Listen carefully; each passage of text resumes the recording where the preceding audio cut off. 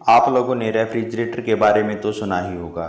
Refrigerator चीज़ों को ठंडा करने के लिए यूज में लाया जाता है, लेकिन क्या आपने कभी सोचा है कि रेफ्रिजरेटर काम कैसे करता है? नमस्कार दोस्तों, अगर आपने इस चैनल को सब्सक्राइब नहीं किया तो चैनल को सब्सक्राइब कीजिए, नोटिफिकेशन बेल को प्रेस कीजिए।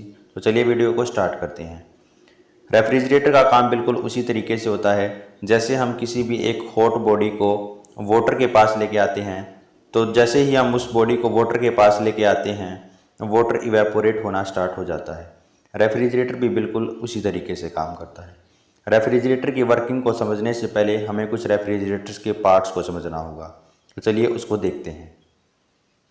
रिफ्रिजरेंट मटेरियल ये एक प्रकार की गैस होती है जो टेम्परेचर को चेंज करने में सक्षम होती है। इसके अलावा ये गैस अंदर से हीट को एब्जॉर्ब करने में, बाहर सराउंडिंग में ट्रांसफ़र करने में भी सक्षम होती है। इसको हम कूलेंट के नाम से भी जानते हैं। Expansion valve. एक्सपेंशन वॉल एक प्रकार की वॉल होती है जिसमें से रिफ्रिजरेंट मटेरियल पास होने के बाद लो टेम्परेचर पर चला जाता है। ये वॉल बिल्कुल उसी तरीके से काम करती है जैसे आप स्प्रे की बोतल को यूज़ करते हैं। जैसे ही आप स्प्रे करते हैं तो स्प्रे की बोतल ठंडी हो जाती, क्योंकि अंदर प्रेशर ज़्यादा होता है, बाहर प्रेशर कम होता है। तो जैसे ही अंदर का प्रेशर कम होता है, गैस एक्सपेंड हो जाती है और ठंडी हो जाती है। इवेपोरेटर। इवेपोरेटर रेफ्रिजरेटर के अंदर होता है। इसमें कुछ फाइन ट्यूब्स होती हैं। जैसे ही रेफ्रिजरेंट मटेरियल इसके अंदर से पास होता है, वो इवेपोरेट होना स्टार्ट हो जाता है, उसका टेम्परेचर ज़्यादा होना स्टार्ट हो जाता है। कंप्रेसर। कंप्रेसर इवेपोरेट हुए रेफ्रिजरेंट मटेरियल को अपनी ओर खींचता है और उसको एक सिलेंडर में फिल करता है। उसके बाद ये रेफ्रिजरेंट मटेरियल कंडेंसर कोयल में पास होता है और उसके बाद हीट सराउंडिंग को ट्रांसफ़र कर दी जाती है। कंप्रेसर के अंदर एक मोटर लगी हुई होती है जो स्पेशल इसी काम के लिए बनाई गई है। कंडेंसर कोयल। जब रेफ्रिजरेंट मटेरियल कंडेंसर कोयल में से पास होता है तो जो अंदर की हीट एब्जॉर्ब की हुई होती है उसको बाहर सराउंडिंग में ट्रांसफ़र करता है। ये कोयल फ्रिज के पीछे लगी हुई होती हैं। अगर हम इनको छूकर देखते हैं तो हमें ये गर्म महसूस होती हैं। सबसे पहले रेफ्रिजरेंट मटेरियल एक्सपेंशन वॉल के थ्रू पास होता है। एक्सपेंशन वॉल से पास होने के बाद रेफ्रिजरेंट मटेरियल का टेम्परेचर कम हो जाता है। उसके बाद ये रेफ्रिजरेटर के अंदर छोटी छोटी फाइन ट्यूब्स के अंदर से पास होता है।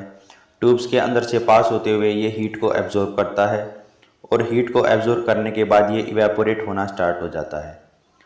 फ्रिज के अंदर जो छोटी छोटी ट्यूब्स होती हैं वो इवेपोरेटर का ही पार्ट होती हैं। रेफ्रिजरेंट मटेरियल इवेपोरेट होने के बाद कंप्रेसर के द्वारा खींच लिया जाता है। कंप्रेसर रेफ्रिजरेंट मटेरियल को अपनी ओर खींचता है। कंप्रेसर के अंदर एक मोटर लगी हुई होती है जो इवेपोरेटर से इवेपोरेट हुए रेफ्रिजरेंट मटेरियल को अपनी ओर खींचती है। अपनी ओर खींचने के बाद ये गैस एक कंटेनर में फिल हो जाती है। कंटेनर में फिल गैस को फिर कंडेंसर कोयल में डाल दिया जाता है। कंडेंसर कोयल फ्रिज के पीछे लगी हुई होती हैं जहाँ से हीट को सराउंडिंग में ट्रांसफ़र किया जाता है। हीट सराउंडिंग में ट्रांसफ़र होने के बाद रिफ्रिजरेंट मटेरियल का टेम्परेचर कम हो जाता है, उसको फिर से एक्सपेंशन वॉल में पास किया जाता है। इस तरीके से उसका टेम्परेचर और भी कम हो जाता है। उसके बाद फिर से ये रिफ्रिजरेंट मटेरियल ट्यूब्स के अंदर से पास होता है, अंदर की हीट को एब्जॉर्ब करता है। अंदर की हीट एब्जॉर्ब करने के बाद ये इवेपोरेट हो जाता है। इवेपोरेट हुए रिफ्रिजरेंट मटेरियल को कंप्रेसर अपनी ओर खींचता है, उसको एक कंटेनर में फिल करता है। कंटेनर में फिल करने के बाद उसको कंडेंसर कोयल में डाल दिया जाता है।